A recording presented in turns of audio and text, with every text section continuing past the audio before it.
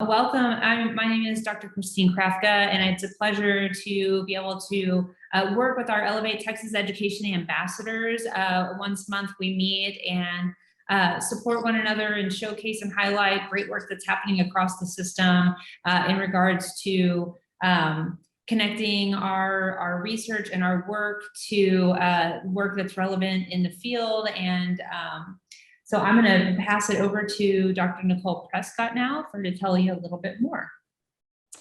Hello, everyone. My name is Nicole Prescott, and I'm the Assistant Vice Chancellor for Academic Affairs at the University of Texas System. And I would love to welcome all of our Elevate TexEd ambassadors, as well as our esteemed guests from outside of our network. Many of you are from within our system, but not within our Elevate TexEd Ambassadors Network. And that's a little bit of a change for us. Originally, our approach was focused only on our sharing best practices and innovative techniques, helping to get research to practice only within our smaller network.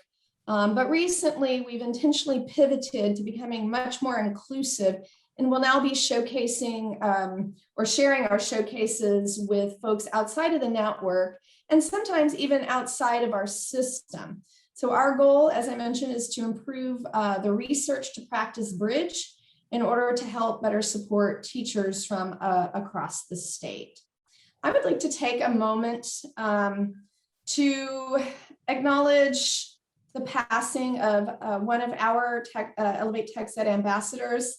Dr. Angela McNulty passed away on May 9th, and she was a very important and engaged member of our Elevate TexEd ambassadors community, and she was a tireless advocate for kids. I didn't know her super well, but I do know someone she works with very closely at UT Dallas, and what I heard from her was that she loved to laugh. She also loved making people laugh, and sounds like she was really someone who brought joy into other people's lives. And she's definitely going to be missed by our community and probably everyone who knew her. So if you would, please take a moment of remembrance. You can read a little bit about who she was and what she did up on our screen. Thank you.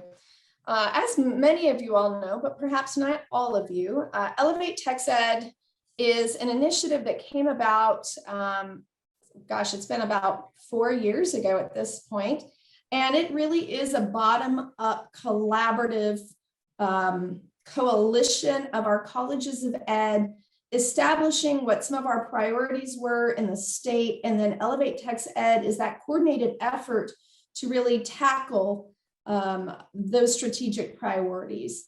And so we have 8 colleges or programs of education who have been very deeply engaged in this work for the last several years and continues to be as well. So the mission, as we originally conceived it, is to address the critical teacher shortage in our state. We've kind of expanded that to also talk about the need to recruit more diverse educators, and to really work on tackling the dearth of teachers in high cert areas. We also really want to strengthen the educational pipeline in general that's connecting us from K-12 community colleges on into four-year, and I would even say going on into graduate school, so that we can have the strongest, best prepared educators and educational leaders in the state of Texas and the nation.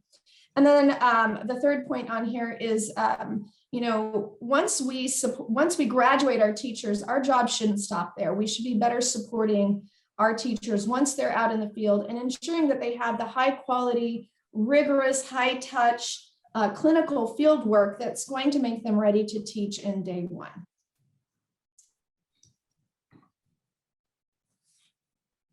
So you can see here, we've got several key drivers to the work that we're doing.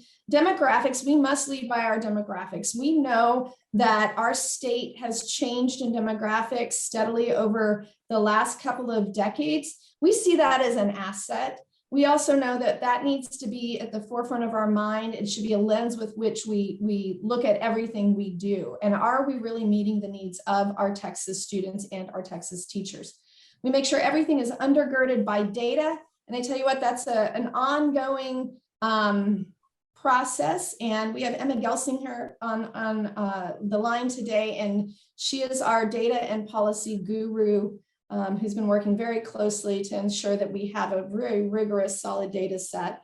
We've also done a lot in the policy realm, and we'll continue to do that. As you remember, maybe a couple of years ago, we got the passage of HB 3217 that reinstated the education degree, which was a huge win for everyone in the state of Texas who work in education. We also focus on practice, which is also why we're here today, looking at the research to practice bridge. And then, of course, we can't do it alone, so we really work through our partnerships. Yeah, thanks, Nicole. And we're really excited about the work of our ambassadors, and we're calling each of you ambassadors, to help us to move the work and lift the work up and move the work forward as we think about this this Elevate Texas Education as a way to really kind of put our Texas institutions on the map for how they're supporting teachers and how we work together to promote research and make it accessible to K-12 practitioners. So a lot of this work is really grounded in how you work and your actions. It's part of our commitment to partner with each of you. So the pillars of the work of our ambassadors, we are together collectively in partnership with you, amplifying our reach through social media. Our hashtag is #ElevateTexEd, and using that hashtag, we've been able to connect with many faculty members across the system. We help to make research accessible to support the translation to practice. We've had opportunity to showcase and highlight many of the efforts of our faculty members who are doing innovative and excellent practices around making their research accessible. We work with faculty members across the system to support the curation of our Elevate TextEd resources. We were particularly successful in this as we navigated through the pandemic and being able to provide lots of access to resources to help us, move and transition to virtual environments. And then, of course, our ambassadors have the opportunity every month to communicate with and learn from one another, not only through this platform, but through other platforms using social media. So we are supporting our collective efficacy around requested topics. If you've got a topic that you want to hear about, we'd love to be able to take that topic and put our heads around it and figure out who in our ambassadors may be experts in those topics you want to learn more about. And having said that, we have an exciting opportunity to meet Dr. Haddad, who is our guest speaker today. I'm going to hand it over to Weston, who will tell you all about his great work. Thank you so much, Dr. Krafka. Hello, everyone. My name is Weston Rose, and I am a Program and Communications Coordinator in the Office of Academic Affairs at the University of Texas System. And today it's my pleasure to introduce our guest speakers, Dr. Zaid Haddad and his 3 amazing students. Let me begin by introducing Dr. Haddad. Dr. Haddad is an assistant professor of instruction in teacher education at the University of Texas at San Antonio. His research and teaching center around the ways we negotiate our many intersecting identities as we encounter new and changing contexts, the authentic and compassionate assessment of one's learning to teach, and empowering critically oriented multicultural curriculum design and transformation. Dr. Haddad teaches courses at all levels at UTSA's undergraduate teacher certification program. Additionally, at the graduate level, Dr. Haddad teaches both master's and doctoral level courses in curriculum and instruction that focus on teaching and learning, critical social and cultural theories, and in critical multicultural education.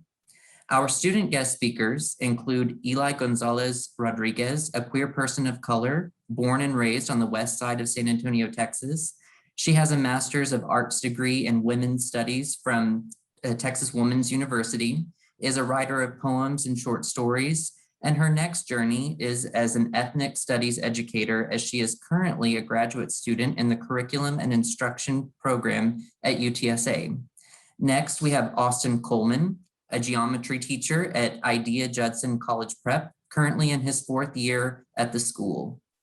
Previously, Austin worked as an assistant principal at Idea and worked for Teach for America Arkansas as an instructional coach, coaching 24 teachers who taught a range of subjects in 4 school districts. He also worked in various roles at Teach for America's Summer Institute in the Mississippi Delta. Last, but certainly not least, we have Sunny Luna Saxon, an arts educator and San Antonio native who has worked in a variety of schools, museums, and community organizations. She is currently studying curriculum and instruction at UTSA, and when not covered in tempera paint and glitter, she enjoys baking and cuddling her cats. Dr. Haddad and his students will touch on the topic of podcast more in depth in their presentation, but I wanted to give a very brief overview of podcasts for anyone who may be unfamiliar with the subject. So what is a podcast? It's essentially a radio show, but unlike a radio show, you don't have to wait for it to air at a specific time to listen to it.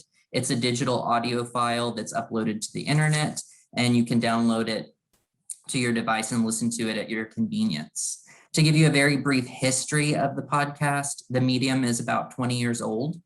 Podcast really began with the debut of Apple's iPod in 2001. Former MTV VJ Adam Curry and software developer Dave Weiner essentially invented the podcast when they created a way to upload audio files to RSS feeds in 2004. From 2006 to 2013, podcasting experienced steady growth with the launch of the podcast version of the popular radio show This American Life, as well as Buckingham Palace's launch of Queen Elizabeth's annual Christmas speech in 2006. But 2014 was the real watershed moment for podcasting with the release of the podcast Serial, a true crime podcast that gripped the nation as no podcast had done before, and it became the first podcast to win a Peabody Award.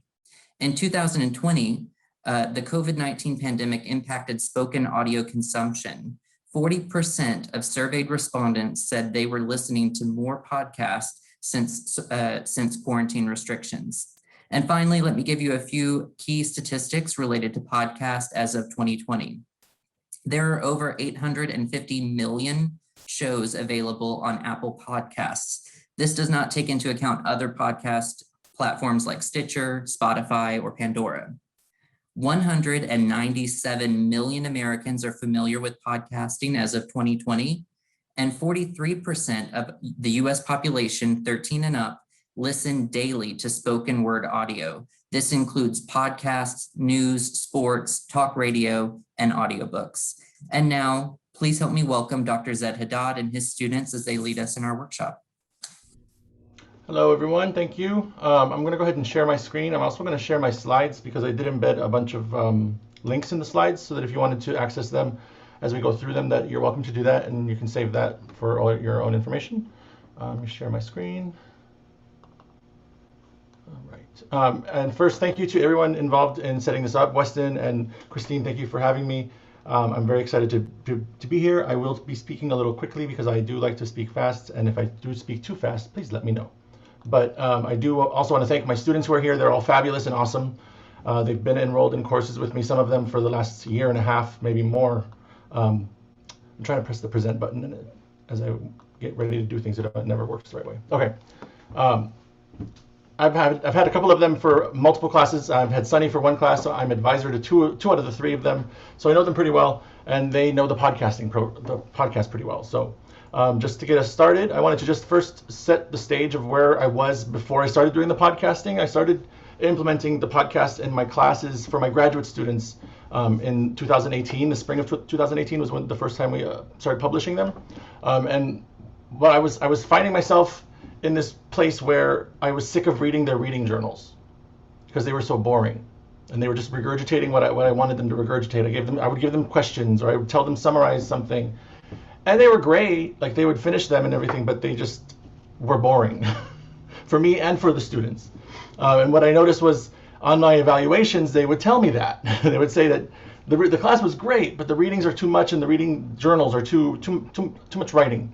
And just to give you a little look at what, this is an example of one. I tried to find one from one of the graduate courses from older, a long time ago, but my Blackboard wouldn't let me get past this one. So this is one of my undergraduate ones. So imagine this one a little bit longer. But they were just long-winded. They were regurgitating stuff. I had them use APA and be all formal. And I wasn't hearing their voices in what they were writing. I was just hearing the articles that I was having them read. And that wasn't what I wanted. What I wanted was to get their thoughts and opinions about the readings. And what I got was their best attempt at completing a template while reading as little of those readings as possible. They would pull what they needed to answer the questions. They would, you know how people can be. They're very strategic when they're reading and they're filling out a form. Then something happened at UTSA. One of my doctoral students the summer before, for one of the projects in my critical multicultural education class, she wanted to design a course. And so I said, go for it, design a course. And she wanted to use a podcast as the text. The podcast that she used was from NPR. It's called Code Switch, and it deals with race explicitly, and they do a lot of really cool things. And so she put the course syllabus together, and she did all this. And then I said, why don't you ask the dean if you can teach it next semester? And so she did. And she did teach it. And I included here, this link right here is the link to, this links you to the flyer that I made for the course for her. And this link here is to the actual episode when the Code Switch team got an email from Martina, and they came to our campus on the last day of the class, and they joined the class for the last day and interviewed all the students. And if you listen to the podcast episode, it's amazing, and it makes me cry every time I listen to it. And that was my inspiration. I'm like, I want to do that. I want to make something like that in my classes. So that's where I put it in my head. We're going to do a podcast. I'm not doing these reading journals anymore. I'm still doing reading journals, but they're reformatted. And so to walk you through the process, first I want to tell you what is a podcast, but Weston gave us a really detailed history of the podcast. And what I wanted to share with you is that I found a one-stop place that would help me in creating the podcast. If you go to this link, I put the link here to Anchor. It's anchor.fm. It was recently purchased by Spotify, so they have a lot more capacity now with Spotify behind them. But Anchor allows you to record, upload, edit, and post all of your podcasts in one place. And they'll also distribute it from Anchor, their website, but they'll also send it to all of the other major platforms. So just by uploading to Anchor, I'm able to upload to Apple Podcasts, Google, Spotify. I'm on all of them. And so knowing that website was there and my class was happening in the spring, I went to my Critical Perspectives class in 2018. And that's where we sat together the first couple weeks of class. And I said, we're going to make a podcast. And they're like, you're crazy. And I said, we're still going to make a podcast. And this is how we're going to do the readings. And this is what we're going to do with them. We came up with a process that first semester that's been tweaked every semester since. And so I teach all year long, even during the summers. So whenever I teach a graduate course, I do the podcast. So that means that I have a season going every season. We're on season 6 right now, just finished up from our podcast. And the name of the podcast is Transformative Talk, Critical Conversations for Teachers. That was the name that the class came up with. And if you click on the logo here, it'll take you to our anchor.fm website. I'm logged in, I think, so it might take me to the back end. I'll show you guys what that looks like. But this is our entry page for someone who just goes and finds our Transformative Talk on the Anchor website. You can see all of our latest episodes are down here. This last episode was called the Very Gay episode. It was about queer theory. Our Chicana Feminist episode had to be split into 2 episodes because it was so good. And so you just go through here and you can listen to any one of these. I don't talk on many of them. I'm in the introducing the podcast episodes, but I don't talk on any of them except for maybe I was on the Chicana Feminist ones with Ellie to help split it up, to introduce them, but I don't participate in the actual production of the episodes. It's all my students. So I don't want to take too much time, but if you guys wanted to listen to one of those, you're welcome to listen to any of those. And also on the Anchor website, I'll show you the back end of it so you can see what it looks like. If you go to the dashboard, as someone who makes it, you can also monetize the podcast. You can see over the course of my time, I've made $22 from this thing. It gives you your total number of plays, your audience. This is a little. This is over the whole time. I don't know how they get the estimated audience of 4 when I have like some episodes with like lots of people listening to them. But this gives you the whole history of how often and which episodes do the best, which ones you're most most plays on each of the different episodes. It gives you all kinds of data you can look at too. You can tell where your people are listening from. I've got people in Turkey listening, in Sweden, where they're getting it. So Apple Podcasts is where majority of my students or people find the podcast to listen to it, and they're mostly female that are listening to it, and then the ages of the people that are there. So because Spotify has all that data for their listeners, that they get this, they're able to combine that with what we have here. But these are all the analytics that you can look at.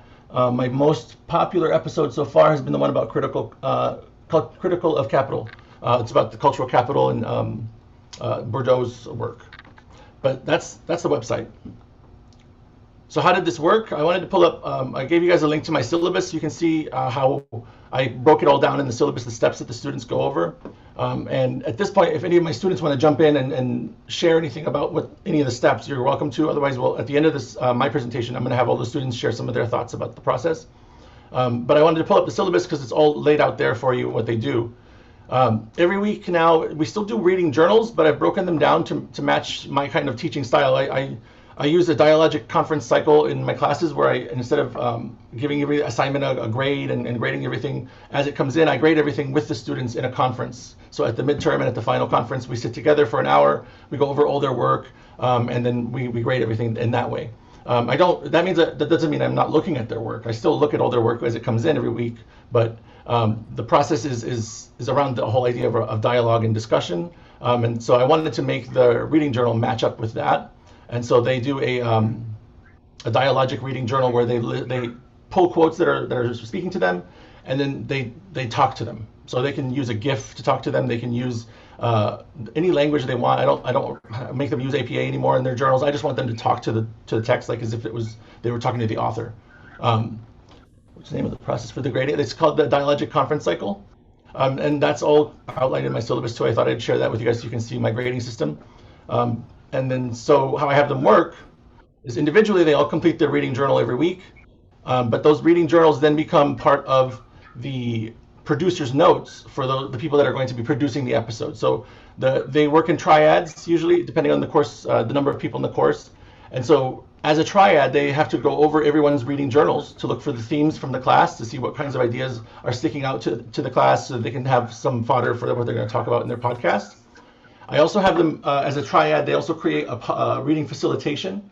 So before the pandemic, these facilitations were in class, and they were facilitating the class through activities regarding the essence of the readings. So it would be like they were teaching about the readings, but not explicitly using a PowerPoint. They were doing activities, they were having discussion questions. And the point of that was to have the class engage with the readings, and they could record those and import that audio if they wanted to into their podcast.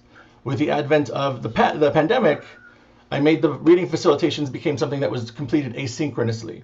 So now if they wanted any audio from the class, they would ask them to record themselves on a Flipgrid or in somewhere other place where they can upload audio, and they would have that where they could record a video and pull that audio if they wanted to. But they also had the class engaging with the readings that way. And so as the triads went over the class had the week to go over their facilitation, the triad would go through there and talk to everyone, comment on what they're seeing, and carry on the conversation asynchronously. And they had that weekend then to complete their podcast. They would have to record it. And the beauty of the technology is that they just had to get on a Zoom like this and talk. And if they wanted to import audio, they just shared their screen with the audio, and that brought the audio in. And then they just sent me the audio file from the recording, and it's all done and ready for them. And then I asked them to put together. They put it together on a document for me that lays out their script. And so I tell them to give me two audio files, one for before the break, one for after the break, and then I just upload it with the intro and everything on my own after they've submitted everything. I asked them to document their team meetings so I know that everything's on track. I've been doing this now since 2018. I have not had a single episode that didn't get published in time, except for me not putting it up in time, but they were all submitted by my students when they were due. I've had maybe one or two that asked for a couple extra days, but it's engaged them. They've all done the work. I haven't had anyone not do it. And from my understanding, they all enjoy what they're doing. It pushes them into several different places where they've never been, right? So they've never done this kind of thing. I can also share with you, I can add the link to this PowerPoint slide, the Google Doc that I use for the students to follow along that has the process and when to document their meetings and the opening script and everything for that. But I'm talking real fast because I don't know how much more time I have, but that was the basic gist of it. And I think it's now I just want to give my students some time to talk and let them introduce themselves and share with you their thoughts and impressions about the podcast. So, Ellie, you want us to go ahead and get us started? Yes, thank you. Well, I think what I want to add is that, like in the last two podcast episodes that I did with my group, we interviewed people that were either researching what we learned about that week, or they were like living it out, in some way, or doing both. So for me, doing the podcast gave me a chance to dive deeper into what we had read and ask someone about, more about the research they were doing and about their lives and the work they're doing. And it also gave me a chance to see how people's identities affect the work that they produce. And we also got to interview some really amazing activists in the community. So people who, like I said, are living out the research that we are exposed to in class. And it's also a good way to stay engaged with my classmates, because I started this program in fall 2020 in the middle of the pandemic, and so have never met any of my professors in person or any of my classmates. So it's a good way to like build relationships with your classmates and kind of build that camaraderie doing the podcast episode. So it really gives us a chance to connect. And honestly, I don't know how tall any of my students are that I'm working with right now. I feel like I know them very well, but I have no idea who's taller than whom because I've never seen any of them in person. And just to piggyback on what Ellie was talking about with the interviews that they conducted, in terms of what content can they create, as long as they are touching the essence of those readings and we can understand what the readings are about through their content, that's the only parameter I give them. I mean, of course, no profanity, don't violate copyright too bad or like in a way that's going to get me in trouble, but anything that I can't fix. But really, whatever they want to do, they do. Most of the time, it's just the group sitting there talking about something or pulling up something from online and discussing what they looked at. But often there's a few of them where they've gone out and done really cool interviews. The last two episodes of the Chicana Feminist Epistemology, this last class, Ellie was produced, and the two people that she talked to were such a good. They provided the spectrum of the theory because we had one with a professor who was the author of one of the articles that we read in the class. So we hired her to be our department chair for our new department, and so how cool was that? It was like serendipitous. So I said, go interview her. And so they did. And she was very gracious and it was very cool. And then another was an activist and artist who happened to be one of my former neighbors that Ellie knew as her realtor. So it really works out really cool the way those things happen sometimes. Sunny or Austin, do you want to go next? Austin, how about you? Okay. I really enjoy, it's just like another way to think about the reading in a more like applicable way, because we get to talk about like a really pressing or like topical thing and relate it to the reading, because sometimes the readings are pretty theoretical and it's hard to like engage with as a student, but then like talking with others about it and then going back and listening to old episodes, like that's my favorite thing about it, is that like since Dr. Haddad usually has like sometimes the readings repeat in the game, like I can go back and find that podcast and go listen to it and then like understand the reading better and then like find an idea of what I want to discuss with my like transformative triad group, and then we can produce like another like a unique episode based on that. That's the I do enjoy. Like I actually listen to some of them and I understand the readings a lot better afterward.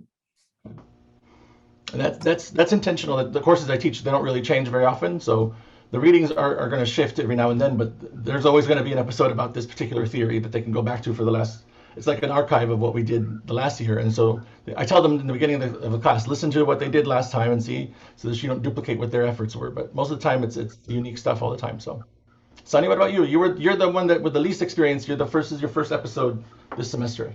Yes, I did 2 episodes this semester. I had a really wonderful time doing them. I felt like kind of what Ellie said, it was an incredible opportunity to sort of rehash the readings, but also do it in a way that built relationships with classmates you maybe haven't spoken to yet, or probably aren't going to meet on the street or in campus anytime soon. I think part of the interest to me was that the process for selecting your topics, it's self-selected. So you're signing up for specific weeks based on the topic for the week. And so it's an opportunity to sort of individualize your learning within a curriculum or within a semester. So my particular focus came out in multicultural education and in queer theory. And I was able to take those 2 weeks to take more time with those readings, make connections to the wider world, and sort of share my voice in a class in a really literal way. Like literally, here's 45 minutes on my opinion about the reading, uninterrupted. I found it very cathartic and very interesting and engaging. I felt like the conversations I had with my transformative triad really helped me understand the readings at a deeper level.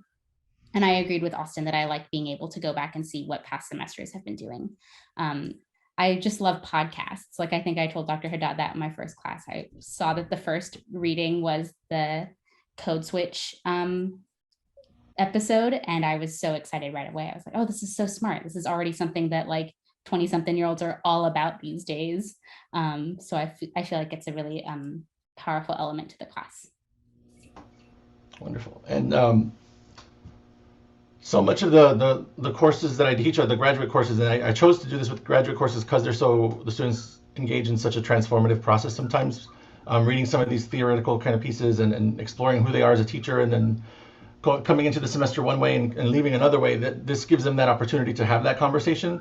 I've been toying with whether or not I want to do this in an undergraduate course, and I'm hesitant to do it in an undergraduate course because I think it might be too much to do in an elementary methods course or like a secondary methods course for social studies. But in the graduate courses, it's working wonderfully. I do have like a couple times where I do the facilitations with the undergrads too, but with certain teams, I've asked them, because I have them meet with me when we're planning the facilitations. I'll say, do you guys want to do like a podcast episode for my podcast, like a special thing because if it's a group that I think is good to do it, I give them that opportunity. But I haven't required it as a requirement for all of my undergrads yet, and I don't think I will, because I think it gives them something to recruit master's students too with. Like, come join the master's program. Come on, come join us. Well, you can be a podcast star. But that was our presentation. I didn't want to put too much stuff on the screen and share. I put the links in there for you so you guys can have access to it on your own, and you can email me if you have any questions about anything. But I do want to turn it over to you guys and see if you have any specific questions you wanted to know about the podcasting process or about our podcast or anything for any of the students. No questions. This is Laura Isbell, A&M Commerce, and I appreciate the invite. I have already reached out to faculty. We've uploaded your PowerPoint into our portal, and we've already got the buzz going. So this is really awesome. Thank you so much. I love the innovation behind it, and I'm just excited to share this with some faculty they're ready to utilize this sort of technology. Awesome. So thank you so much. And thank you to all of your students. It's great. Thank you. That means a lot. Thank you. It's very, very affirming. Any other questions for Dr. Haddad or any of his students? I have a quick question if no one else does. Go for it. Dr. Haddad, what would you say to a faculty member who's sort of on the fence about whether or not they want to use this particular podcasting structure in the classroom? What would you say to sort of push them over the fence toward it? To do it the way that I have it set up is it's 10 times easier than traditional grading and traditional going over the reading stuff the way that I had them. It makes it easier, and you get to know your students a lot better. Because the way that I have it structured is that they have to meet twice as a team separately, and then they meet with me the week that they set up their podcast and their facilitation. And so I get to really get to know what their styles are and everything, because we co-plan that whole week. So if they're covering something in their facilitation, I know I don't need to cover so much of it in my class, or I'll ask them to cover something and talk about it in class or do something here. So it's really a co-planning kind of thing. It helps with that too. It's made my life a lot easier, and I like easy life. Excellent. I teach 4 classes. I gotta have it something to make it easy for me. But I could teach 6 of them, and I'd still love everything I do. So I have a question, Dr. Haddad. Yes. I was just wondering if you've received any type of pushback in trying to bring this on at first or at all. Did you have to create some sort of test case, or was everyone pretty embracing? No, and you know what? When I first started with the idea, I did reach out to our communications people, and I tried to make sure that I covered all my bases, right? Because I didn't want to like start posting something and then have legal come at me or anything. And they said there was nothing, I wasn't doing anything bad. There were no concerns yet. So I haven't had any pushback from the system or from the university. From students, I did have one student who was a little trepidatious around using her real name. And so in the beginning of the semester, I say, if you don't want to use your name, don't use your last names. If you remember not to use your last names, don't use your last names. Use your first name. And if you want to use a pseudonym, you're welcome to use a pseudonym because I'll know who they are because I know their voices and stuff. So just because she also had worked at the university. And so she didn't want what she was saying about these controversial issues or theoretical issues to be linked back to her if they were saying something that might be going against something. But so I let them use a pseudonym if they want to. But otherwise, I haven't had any real pushback against any of the content or the process.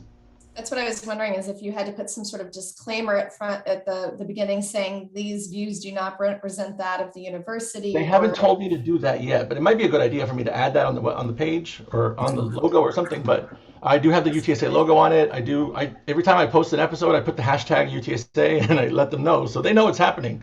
But I haven't had any of that kind of pushback yet. Maybe I will. I don't know. But I'm of the belief that you ask for forgiveness rather than permission sometimes, and this is one of those things. I've already asked permission, and if they want me to change something, I'll change it. But Thank you. the students are enjoying it, and I'm enjoying it. So I have a quick question, Dr. Haddad, on the using Anchor. So are these podcasts public to the world? Can they be private? Can they be public? I mean, in terms of if you do them through Anchor, then they're posted on Anchor website and then any other platform that you choose to sync them to. So mine are all open to the public, and there you can find them on any of the platforms. So it's like you have a particular podcast channel, and then all of the different podcasts like are in that, right? Okay, Yeah. that's how it's organized. So if you look at, go ahead. Oh no, as So- opposed to students just posting on Anchor, kind of like all over the place and not really all in a thematic, Right. manner. Okay. Right. So initially, I had thought about every student making their own Anchor account, and then what that would have done, it would have made their own. They would have had a separate podcast, and so that wouldn't have worked for this the way that we wanted to do it. So I have the one Anchor account, and that's the podcast, and so they submit everything to me through Google Drive. I just have them make a folder on Google Drive. They upload their files, and then I pull the files into here, where I just go to new episode, and then I'm able to import anything. And this is also this is good to show you guys. Like, you can record straight from Anchor right here. If you go to the library, this has all of the pieces of stuff that I've uploaded prior. So here's all of the stuff that I have from everyone else. I also have like my introduction pieces here, so I'm always going to pull that in there. And then they also give you, you can pull in music if you wanted to, right here. And then you can also pull in, the other cool thing is people can send messages through the podcast. After they listen to one, they can send a voice message. And so these are my undergrads. I usually have them reflect on a reading in the beginning of the semester and have them send a message to the podcast so that I can make a podcast episode. I haven't made it yet, but about the apprenticeship observation, they reflect back on their experience with that. And so these are all things from my undergrads. So that's how I can engage undergrads in this, is having them participate in those like micro pieces. There's another website that I learned about this past year through my work with US Prep. It's gosynth.com. And it's a micro podcasting platform, and with that one, you can make it private or public what you're sharing. And it's if you're familiar with Flipgrid, where you can upload video or audio and you put it in there, think of it as Flipgrid minus the kiddie stuff, and more just a place for audio and video that you can upload that's thematic. And you create like a channel on GoSynth, and that one it's easy and free to use too. Thank you. That's great. Yep. Yeah, I'll put that in here. Any other questions? If you hear any snoring in the background, that's my dog, not me. It's my dog snoring. I put a question in the chat. I'm curious if your students can talk about how this method shifts how they interact and reflect with their readings when compared to a more traditional written reflection. I can talk a little bit about that. For example, the last podcast episode I did where we interviewed one of an author of one of the articles that we read. We got, like I said, to find out like what informs her work, what informs her research. We asked her and we pulled a couple of quotes from the article and said, we really connected with this quote. Can you unpack it for us a little more? So in that way, we were able to engage with the author of the article. But also in other episodes that I've done, we got to pick quotes that our classmates did from the dialogic reading journals. So being able to see what other people are thinking about what they're reading, and learning from our classmates as well, because they have a lot to contribute in their reading journals. So for me, that's how I was able to engage with the readings on a deeper level than just traditional. And what I'm trying to pull up right now is I was going to pull up the document where they do the reading journal so I can show you what that looks like, the format of that. But Austin or Sunny, did you want to add anything to that?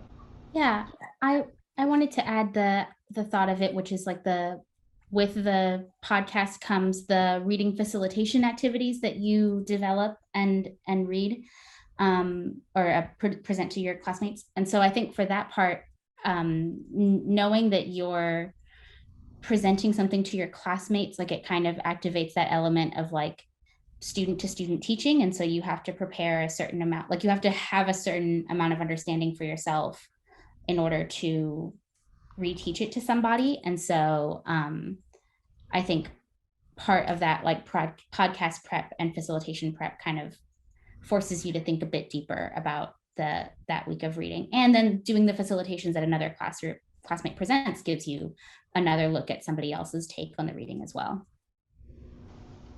So this is how I set up the reading journals. I don't use Blackboard anymore for these assignments. I set them up as one long document, which is cumbersome when you're going through it all at once. But as the students are filling it out one week at a time, they enjoy having it all in one place. But this is the template that I created for this class. So all the readings are, I believe in this one, the readings are not linked in here, but they're listed in there. In my other class, the readings actually have them linked in the document. But as you go through, you'll see the template once it loads up here, because my computer likes to go slow when I don't want it to. So then it's really, the first thing I asked them to do is thinking, after doing the readings, think about why did I have you read these readings together, and explain, like putting them in the teacher educator's kind of mind, like why are you doing these two together or these three together? And then it gives them the link to the reading, or if it's on Blackboard, they just get it from there. They give me the quote, and then they connect to it, and then I ask them to take the readings that they did and tell me which goals of our syllabus they're meeting, just to check my work to make sure I'm covering all my bases, and then what are questions they have, and they also have to give me the APA references. They don't have to use APA in their responses at all. And I pulled up one of the students who was one of the more prolific writers. Nora she's got her background is in art history, so she was able to make a lot of really cool connections to the theoretical work this semester with her art history stuff. But I just wanted to share just an idea of what they look like. So a lot of them are just straight up text, and a lot of times you'll find they put GIFs in there or images or links to things that they've done. I'll put comments in there as I keep going.